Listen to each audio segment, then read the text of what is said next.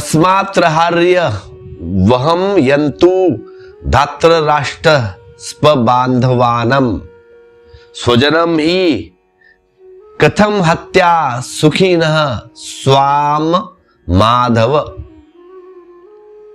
यद्यतेत न पश्यन्ति लोभय हत्तशेषः कुलक्षवर्तम दोषम मित्र दोहे च यातकम। इससे हे माधव, अपने बांधव धृतराष्ट्र के पुत्र को मारने के लिए हम योग्य नहीं है, क्योंकि अपने कुटुंब की हत्या करके मारकर हम कैसे सुखी होंगे। यद्यपि लोभ से भ्रष्टचित्त हुए लोग कुल के नाशकृत दोष को और मित्रों के साथ विरोध करने में पाप को नहीं देखते, कथम न गेयमस्माभि पापदस्म निवर्तितम कुलय कृतम दोषम प्रशिष्येद्व जनार्दन कलक्षये प्रणशांति कुल धर्मा सनातन धर्म नष्टे कृष्ण मर्धोम विभस्तव। परंतु हे जनार्दन, कुल के नाश करने से होते हुए दोष को जानने वाले हम लोग को इस पाप से हटने के लिए नहीं विचार करना चाहिए। पूछ रहा है अर्जुन कृष्ण से, क्योंकि कुल के नाश होने से सनातन कुल धर्म नष्ट हो जाता है। कुल के नाश करने से सनातन कुल धर्म नष्ट हो जाता है।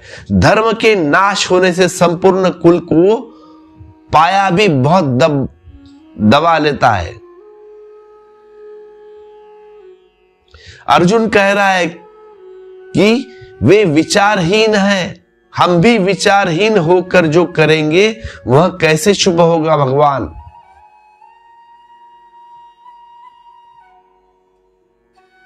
कह रहा है कृष्ण से, माना कि ये कौरव गलत है, लेकिन गलत के प्रत्युत्तर में हम भी गलत करेंगे तो क्या वह ठीक होगा?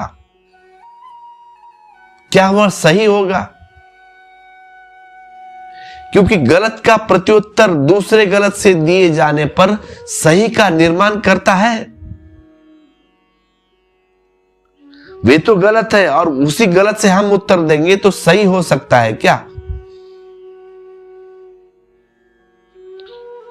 अर्जुन यह पूछ रहा है कि भूल है उनकी तो हम भूल करेंगे तो दोनों भूल हो जाएगी। तो दोनों भूल मिलके इकट्ठा होके दुगनी हो जाती है, तो फिर सही क्या होगा? माना चलो हम उनका चित्त भ्रमित हो गया, लेकिन मैं भी उनकी वैसे सा चित्त भ्रमित कर लूं, उनकी बुद्धि भ्रष्ट हो गई तो हम अपनी भी बुद्धि भ्रष्ट कर ले।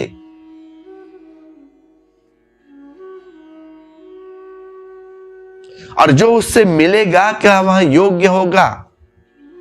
क्या उसकी उपयोगिता होगी? क्या उसका मूल्य होगा?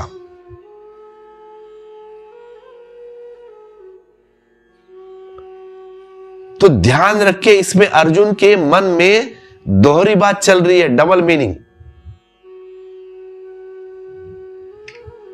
दोहरी बात। एक तो वह कह रहा है कि क्या इसका मूल्य। अब इसमें दो बातें हैं। हो सकता है कि मूल्य हो और कृष्ण उस मूल्य बता पाए तो वह लड़ने के लिए रैशनलाइज कर ले। हो सकता है कृष्ण समझा पाए कि मूल्य है, तो हो सकता है कृष्ण समझा पाए कि लाभ है, कल्याण है। हो सकता है कृष्ण समझा पाए कि बुराई को बुराई से ही काटना चाहिए, और तब जो शेष बच जाएगा वह शुभ होगा। तो वह लड़ने के लिए अपने को तैयार कर लेगा अर्जुन। आदमी अपने को तैयार करने के लिए बुद्धिगत कारण खोजना चाहता है, एक कारण जो वो ठीक ठीक लगे उसे। तो अर्जुन के मन में दो बातें हैं। वह जिस तरह से प्रश्न को मौजूद कर रहा है वह यह कि या तो मुझे भाग जाने के लिए स्वीकृति दे दे भगवान, या तो मैं एस्केप कर जाऊं, और या फिर युद्ध में उतरूं तो मुझे प्रयोजन स्पष्ट करे कि मैं क्यों लड़ूं। वह अपने मन को साफ कर लेना चाहता है, युद्ध में उतरे या भाग जाए। अगर युद्ध में उतरे तो यह जानकर निश्चित मना कि जो हो रहा है वह शुभ हो रहा है, या तो फिर युद्ध से भाग जाए। ये दो विकल्पों से दिखाई पड़ रहे हैं, भागना या युद्ध से लड़ना। वह दोनों के लिए राजी दिखाई पड़ रहा है, लेकिन दोनों में कोई एक हो जाए। अब इसे थोड़ा समझ लेना चाहिए। आदमी सदा से अपने को बुद्धिमान, विचारशील, रेशनलाइज समझता है, कोई भी आदमी हो। अरस्तु ने तो आदमी को रेशनलाइज एनिमल कहा है कि बुद्धिमान प्राणी। लेकिन कैसा बुद्धिमान प्राणी? जैसे जैसे आदमी के संबंध में समझ हमारी बड़ी है वैसे वैसे पता चला है कि मनुष्य की बुद्धिमत्ता सिर्फ अपनी अबुद्धिमानियों की बुद्धिमानी से सिद्ध करने से ज्यादा नहीं है। आदमी का जो रीजन सिर्फ उसके भीतर जो इरेशनल है, जो बिल्कुल अबौद्धिक है, उसको जस्टिफाई करने की कोशिश में लगा है बस आदमी। अगर उसे युद्ध करना है तो पहले वह सिद्ध कर लेना चाहता है कि युद्ध से मंगल होगा या कल्याण होगा या नहीं होगा, फिर युद्ध में उतर जाएगा। अगर उसे किसी की गर्दन काटनी है तो वह पहले सिद्ध कर लेना चाहता है कि जिसकी गर्दन कट रही है उससे ही हित में यह कार्य हो रहा है, तब भी गर्दन काटने में उसे आसानी रहेगी, वो काट देगा उसकी गर्दन।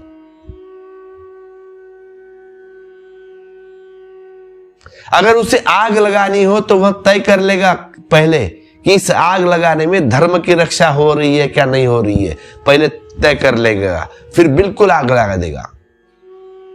आदमी उसके भीतर जो बिल्कुल अबौद्धिक तत्व है उसको भी बुद्धिमानी से सिद्ध करने का निरंतर चेष्टा करता है, और अर्जुन की भी वैसे ही स्थिति है।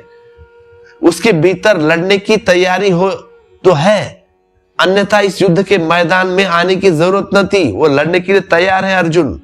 उसके मन के भीतर युद्ध का आग्रह तो है, राज्य वह लेना चाहता है, लेकिन कंडीशन से। अगर ऐसा हुआ तो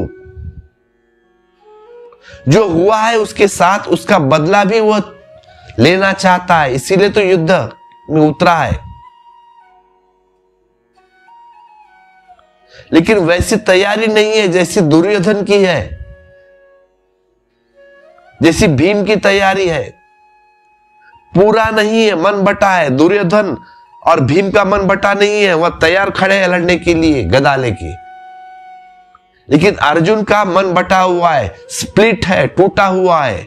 कहीं भीतर लग रहा है कि गलत हो रहा है, व्यर्थ हो रहा है, और कहीं लग रहा है कि करना पड़ेगा, प्रतिष्ठा है, अहंकार है, कुल का। हजार बातें उसके मन में दौड़ रही है, हजार बातें सवाल कर रहे हैं। दोनों बातें उसके भीतर चल रही है। उसका मन डबल बाइंडिंग है, विक्षिप्त हो गया मन।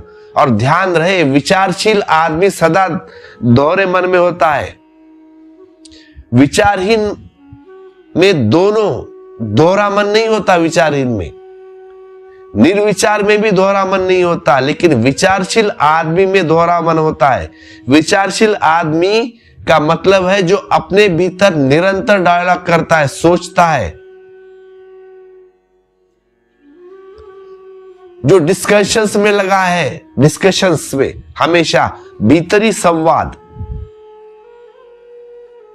अपने भीतर में विवाद में लगा है, अपने भीतर में दो हिस्से कर रखे उसने, क्या ठीक क्या गलत, उत्तर प्रत्युत्तर खुद ही दे रहा है।